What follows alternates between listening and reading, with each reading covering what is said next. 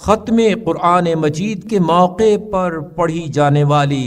حضرت امام زین العابدین علیہ السلام کی دعا۔ بسم اللہ الرحمن الرحیم۔ شروع نام سے اللہ کے جو بڑا مہربان نہایت رحم کرنے والا ہے۔ اللهم إنك أعنتني على ختم كتابك الذي أنزلته نورا وجعلته مهيمنا على كل كتاب أنزلته وفضلته على كل حديث قصصته وفرقانا فرقت به بين حلالك وحرامك وقرآنا أعربت به عن شرائع أحكامك وكتابا فصلته لعبادك تفصيلا ووحيا أنزلته على نبيك محمد صلواتك عليه وآله تنزيلا۔ بار الہا، تو نے اپنی کتاب کے ختم کرنے پر میری مدد فرمائی، وہ کتاب جسے تو نے نور بنا کر اتارا اور تمام کتب سماویہ پر اسے گواہ بنایا، اور ہر اس کلام پر جسے تو نے بیان فرمایا اسے فوقیت بخشی اور حق و باطل میں حد فاصل قرار دیا، جس کے ذریعے حلال و حرام الگ الگ کر دیا۔ وہ قرآن جس کے ذریعے شریعت کے احکام واضح کیے، وہ کتاب جسے تو نے اپنے بندوں کے لیے شرح و تفصیل سے بیان کیا، اور وہ وحی آسمانی جسے اپنے پیغمبر محمد صلی اللہ علیہ وآلہ وسلم پر نازل فرمایا۔ وجعلته نورا نهتدي من ظلم الضلالة والجهالة باتباعه وشفاء لمن أنصت بفهم التصديق إلى استماعه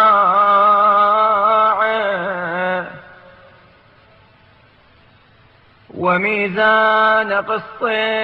لا يحيف عن الحق لسانه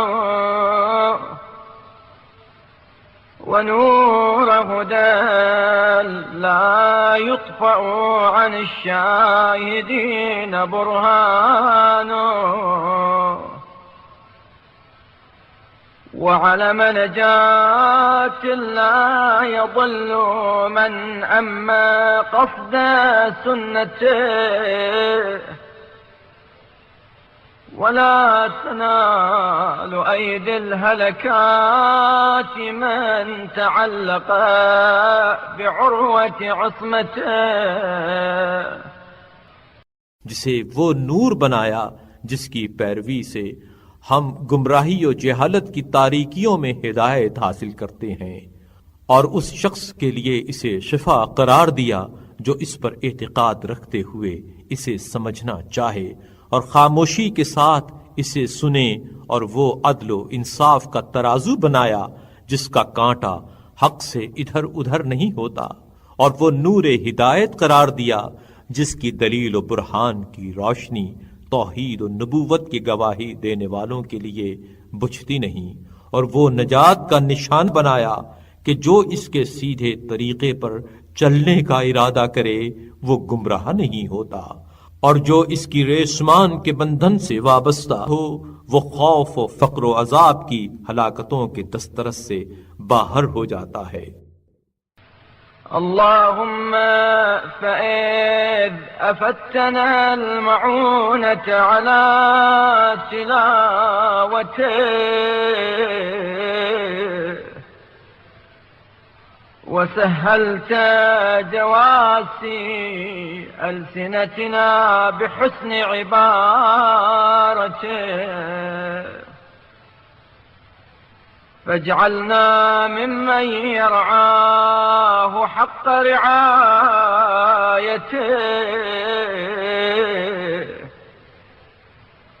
ويدين لك باعتقاد التسليم لمحكم آياته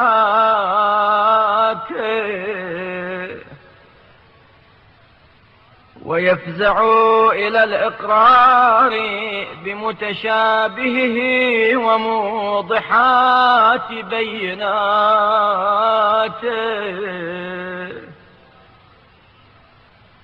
اللهم إنك أنزلته على نبيك محمد صلى الله عليه وآله مجملا وألهمته علم عجائبه مكملا وورثتنا علمه مفسرا وفضلتنا على من جهل علما وقويتنا عليه لترفعنا فوق من لم يطيق حملا. बार इलाहा, जबकि तूने इसकी तिलावत के सिलसिले में हमें मदद पहुंचाई और इसकी हुस्न अदायगी के लिए हमारी जुबान की ग्रहें खोल दी, तो फिर हमें उन लोगों में से करार दे जो इसकी पूरी तरह हिफाजत व निगहदाश्त करते हों और इसकी मुहकम आयतों के एतराफ व तस्लीम की पुख्तगी के साथ तेरी इताअत करते हों और मुतशाबे आयतों और रोशन व वाज़े दलीलों के इकरार के साए में पनाह लेते हों। ऐ अल्लाह, तूने इसे अपने पैगंबर मोहम्मद सल्लल्लाहु अलैहि वसल्लम पर इजमाल के तौर पर उतारा और इसके अजायब व असरार का पूरा पूरा इल्म उन्हें इल्का किया और इसके इल्म तफसीली का हमें वारिस करार दिया और जो इसका इल्म नहीं रखते उन पर हमें फजीलत दी और इसके मुक्तजियात पर अमल करने की कुव्वत बख्शी ताकि जो इसके हक़ाइक़ के मुत्तहमिल नहीं हो सकते उन पर हमारी फौक़ियत व बरतरी साबित कर दे। اللهم فكما جعلت قلوبنا له حملا وعرفتنا برحمتك شرفه وفضلا فصل على محمد الخطيب به وعلى آله الخزان له واجعلنا ممن يعترف بأنه من عندك حتى لا يعارضنا الشك في تصديقه ولا يختلجنا الزيغ عن قصد طريقه. اللهم صل على محمد وآله واجعلنا ممن يعتصم بحبله ويأوي من المتشابهات إلى حرز معقله ويسكن في ظل جناحه ويهتدي بضوء صباحه ويقتدي بتبلج أسفاره ويستصبح بمصباحه ولا يلتمس الهدى في غيره. اے اللہ، جس طرح تو نے ہمارے دلوں کو قرآن کا حامل بنایا اور اپنی رحمت سے اس کے فضل و شرف سے آگاہ کیا، یوں ہی محمد پر جو قرآن کے خطبہ خواں اور ان کی آل پر جو قرآن کے خزینہ دار ہیں رحمت نازل فرما، اور ہمیں ان لوگوں میں سے قرار دے جو یہ اقرار کرتے ہیں کہ یہ تیری جانب سے ہے، تاکہ اس کی تصدیق میں ہمیں شک و شبہ لاحق نہ ہو اور اس کے سیدھے راستے سے روگردانی کا خیال بھی نہ آنے پائے۔ اے اللہ، محمد اور ان کی آل پر رحمت نازل فرما، اور ہمیں ان لوگوں میں سے قرار دے جو اس کی ریسماں سے وابستہ اور مشتبہ امور میں اس کی محکم پناہ گاہ کا سہارا لیتے اور اس کے پروں کے زیر سایہ منزل کرتے اور اس کی صبح درخشاں کی روشنی سے ہدایت پاتے اور اس کے نور کی درخشندگی کی پیروی کرتے اور اس کے چراغ سے چراغ جلاتے ہیں اور اس کے علاوہ کسی سے ہدایت کے طالب نہیں ہوتے۔ اللهم وكما نصبت به محمدا علما للدلالة عليك وأنهجت بآله سبل الرضا إليك، وصل على محمد وآله واجعل القرآن وسيلة لنا إلى أشرف منازل الكرامة وسلما نعرج فيه إلى محل السلامة وسببا نجزى به النجاة في عرصة القيامة وذريعة نقدم بها على نعيم دار المقامة۔ بار الہ، جس طرح تو نے اس قرآن کے ذریعے محمد صلی اللہ علیہ وآلہ وسلم کو اپنی رہنمائی کا نشان بنایا ہے اور ان کی آل کے ذریعے اپنے رضا و خوشنودی کی راہیں آشکارا کی ہیں، یوں ہی محمد صلی اللہ علیہ وآلہ وسلم اور ان کی آل پر رحمت نازل فرما، اور ہمارے لیے قرآن کو عزت و بزرگی کی بلند پایا منزلوں تک پہنچنے کا وسیلہ اور سلامتی کے مقام تک بلند ہونے کا زینہ اور میدان حشر میں نجات کو جزا میں پانے کا سبب اور محل قیام جنت کی نعمتوں تک پہنچنے کا ذریعہ قرار دے۔ اللهم صل على محمد وآله واحطط بالقرآن عنا ثقل الأوزار وهب لنا حسن شمائل الأبرار واقف بنا آثار الذين قاموا لك به آناء الليل وأطراف النهار حتى تطهرنا من كل دنس بتطهيره وتقفو بنا آثار الذين استضاءوا بنوره ولم يلههم الأمل عن العمل فيقطعهم بخدع غروره۔ اے اللہ، मोहम्मद और उनकी आल पर रहमत नाजिल फरमा और कुरान के जरिए गुनाहों का भारी बोझ हमारे सर से उतार दे और निकोकारों के अच्छे खसाइल व आदात हमें मरहमत फरमा और उन लोगों के नक्शे कदम पर चला जो तेरे लिए रात के लम्हों और सुबह शाम की साअतों में इसे अपना दस्तूरुल अमल बनाते हैं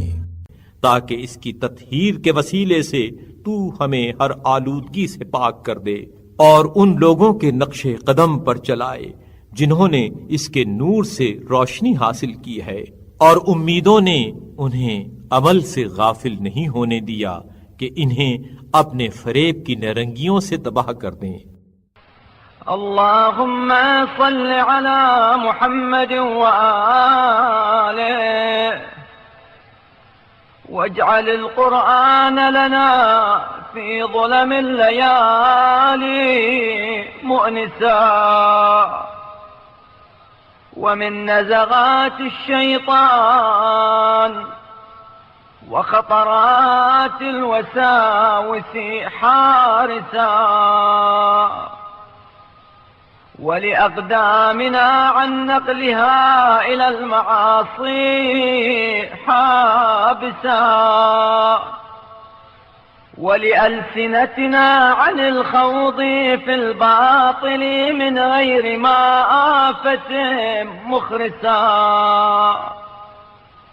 ولجوارحنا عن اقتراف الآثام زاجرا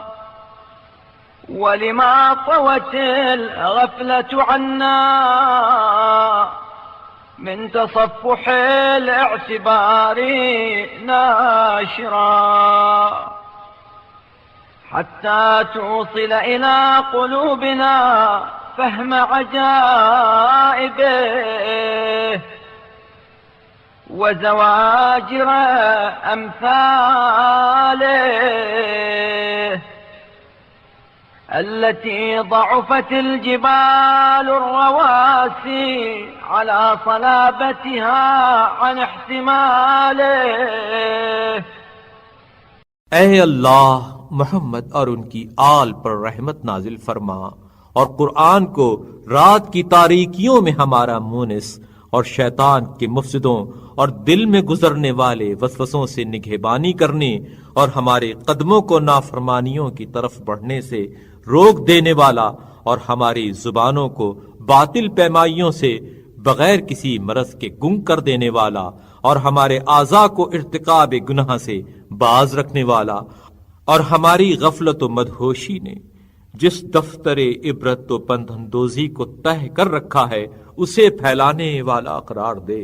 ताकि इसके अजायब और रुमूस की हकीकतों और इसकी मुतनब्बे करने वाली मिसालों को कि जिन्हें उठाने से पहाड़ अपने इस्तेहकाम के बावजूद आजिज आ चुके हैं हमारे दिलों में उतार दे। अल्लाहुम्मा सल्लि अला मुहम्मद व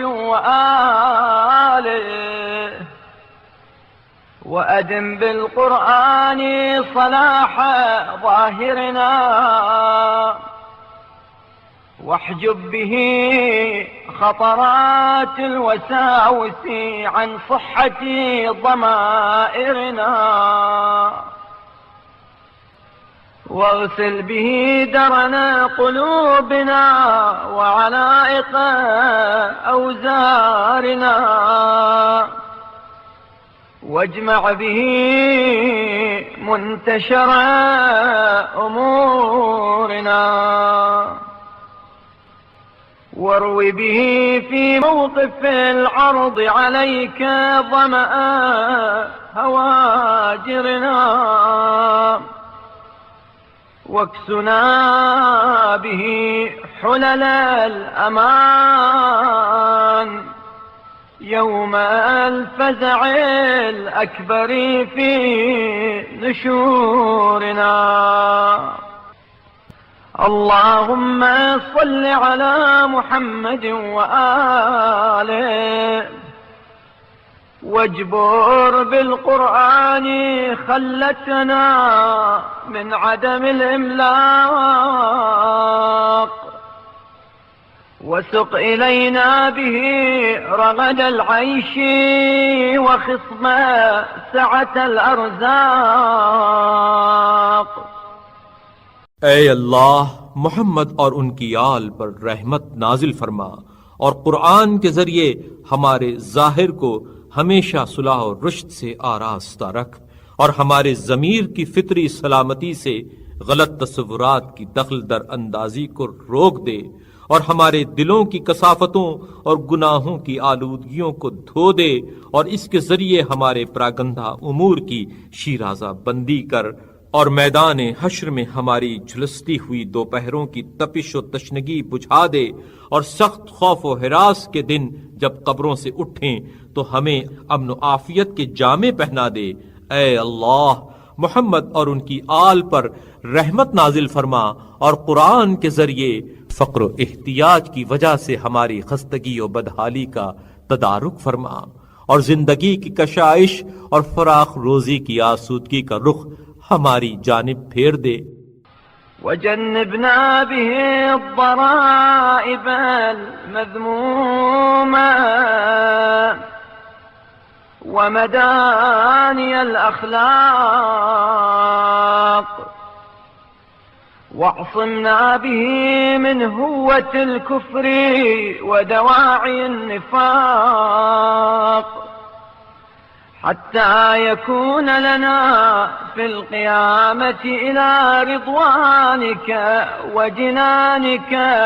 क़ाइदा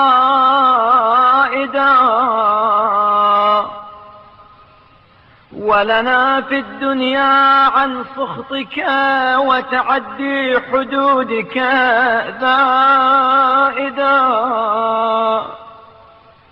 वलिमा इंदक बितहलील हलालिही व तहरीम हरामिही शाहिदा। और बुरे आदात और पस्त अखलाक से हमें दूर कर दे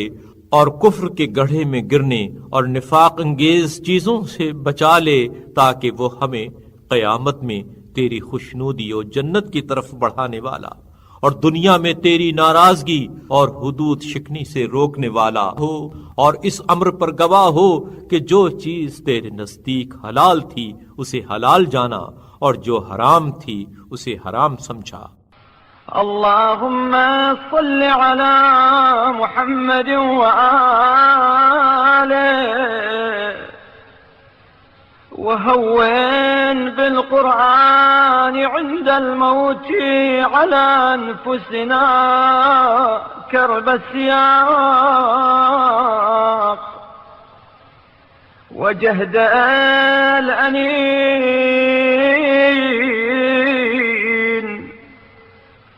वतरादुफ अल हशारिज إذا بلغت النفوس التراقي وقيل مرواق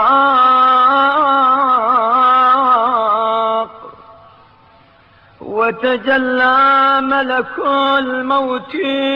لقبضها من حجب الغيوب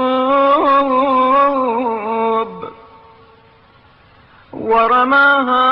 عن قوس المنايا بأسهم وحشة الفراق وداف لها من ذعاف الموت كأسا مسمومة المذاق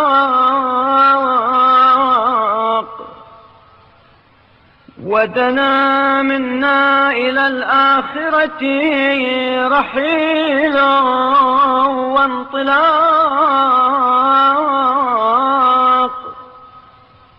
وصارت الأعمال قلائد في الأعناق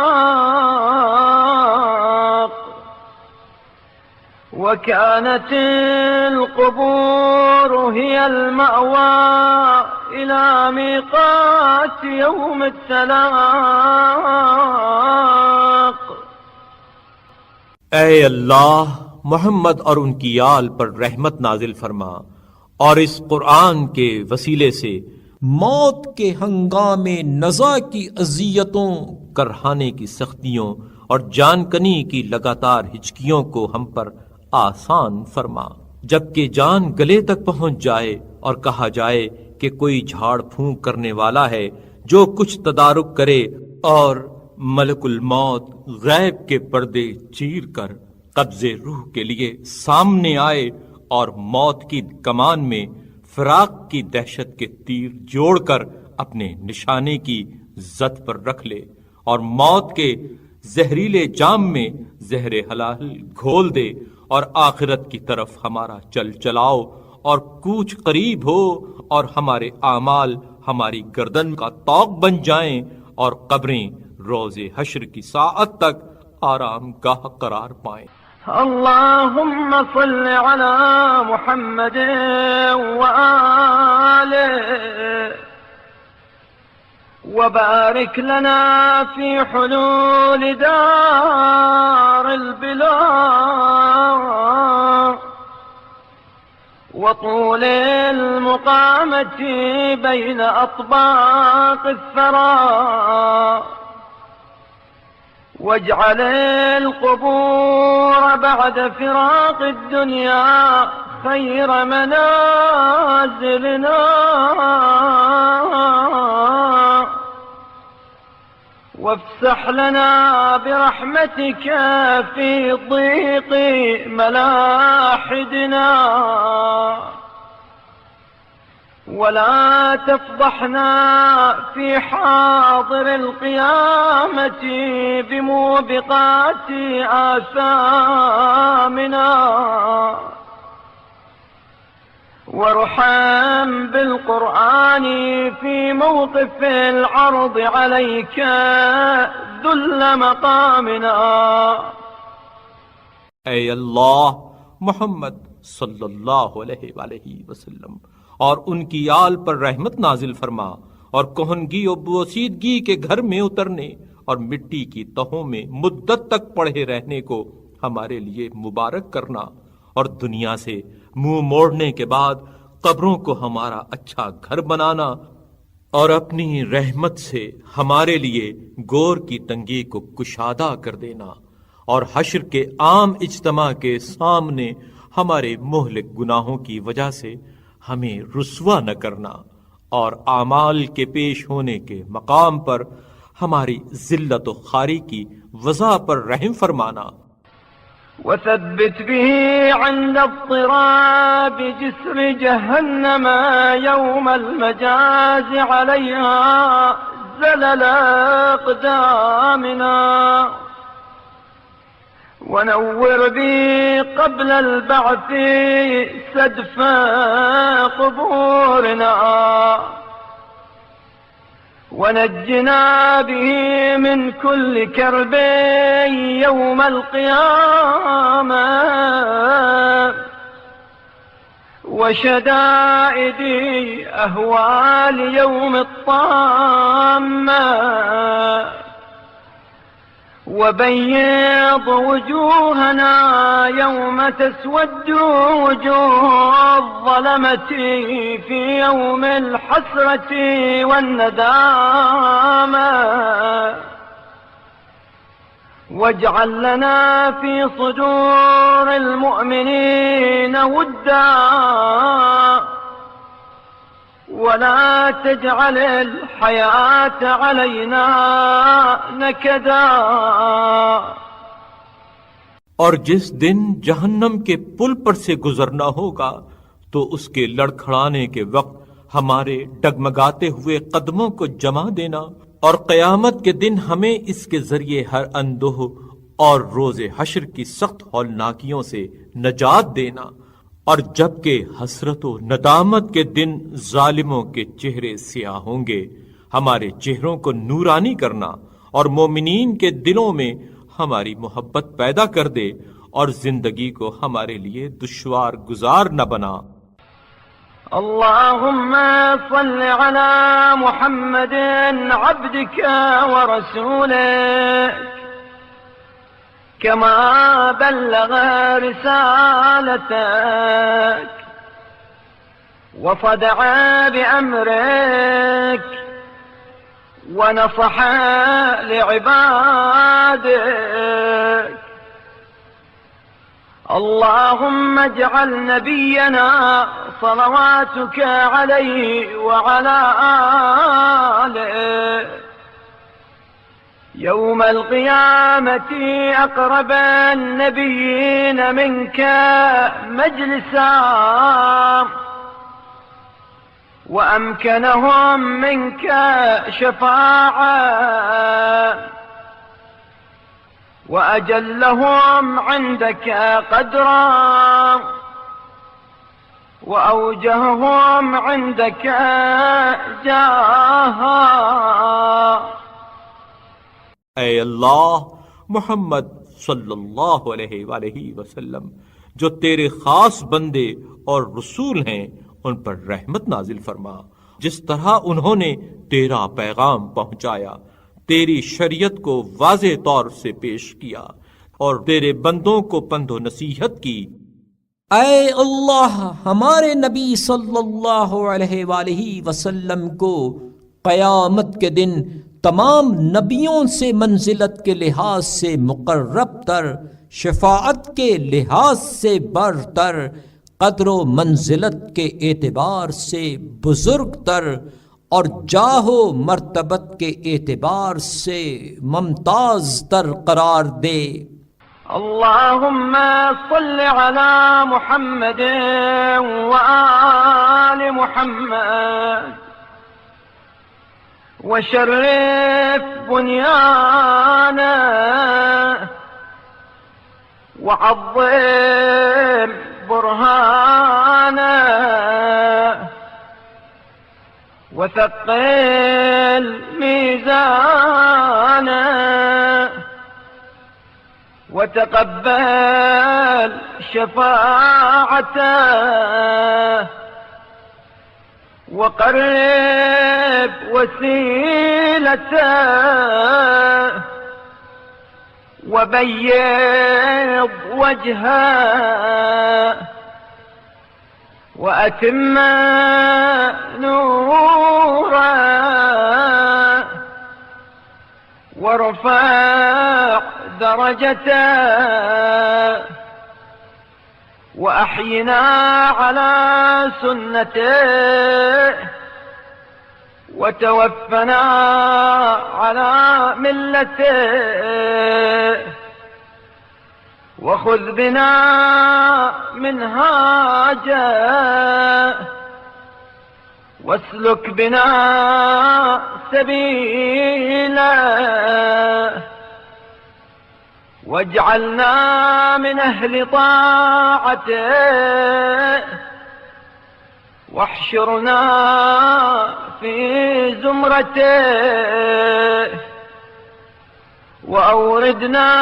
حوضه واسقنا بكأسه. اے اللہ محمد اور ان کی آل پر رحمت نازل فرما اور ان کے ایوان عز و شرف کو بلند، ان کی دلیل و برہان کو عظیم اور ان کے میزان عمل کے پلے کو بھاری کر دے. ان کی شفاعت کو قبول فرما اور ان کی منزلت کو اپنے سے قریب کر، ان کے چہرے کو روشن، ان کے نور کو کامل اور ان کے درجے کو بلند فرما، اور ہمیں انہی کے آئین پر زندہ رکھ اور انہی کے دین پر موت دے اور انہی کی شاہراہ پر گامزن کر اور انہی کے راستے پر چلا، اور ہمیں ان کے فرما برداروں میں سے قرار دے اور ان کی جماعت میں محشور کر اور ان کے حوض پر اتار اور ان کے ساغر سے سیراب فرما. وصل اللهم على محمد وآله صلاة تبلغه بها أفضل ما يعمل من خيرك وفضلك وكرامتك إنك ذو رحمة واسعة وفضل كريم اللهم اجزه بما بلغ من رسالاتك وأدى من آياتك ونصح لعبادك وجاهد في سبيلك أفضل ما جزيت أحدا من ملائكتك المقربين وأنبيائك المرسلين المصطفين والسلام عليه وعلى آله الطيبين الطاهرين ورحمة الله وبركاته. اے اللہ محمد اور ان کی آل پر ایسی رحمت نازل فرما جس کے ذریعے انہیں بہترین نیکی، فضل اور عزت تک پہنچا دے جس کے وہ امیدوار ہیں، اس لیے کہ تو وسیع رحمت اور عظیم فضل و احسان کا مالک ہے۔ اے اللہ، انہوں نے جو تیرے پیغامات کی تبلیغ کی، تیری آیتوں کو پہنچایا، تیرے بندوں کو پند و نصیحت کی اور تیری راہ میں جہاد کیا، ان سب کی انہیں جزا دے جو ہر اس جزا سے بہتر ہو جو تو نے مقرب فرشتوں اور برگزیدہ مرسل نبیوں کو عطا کی ہو۔ ان پر اور ان کی پاک و پاکیزہ آل پر سلام ہو، اور اللہ تعالی کی رحمتیں اور برکتیں ان کے شامل حال ہوں۔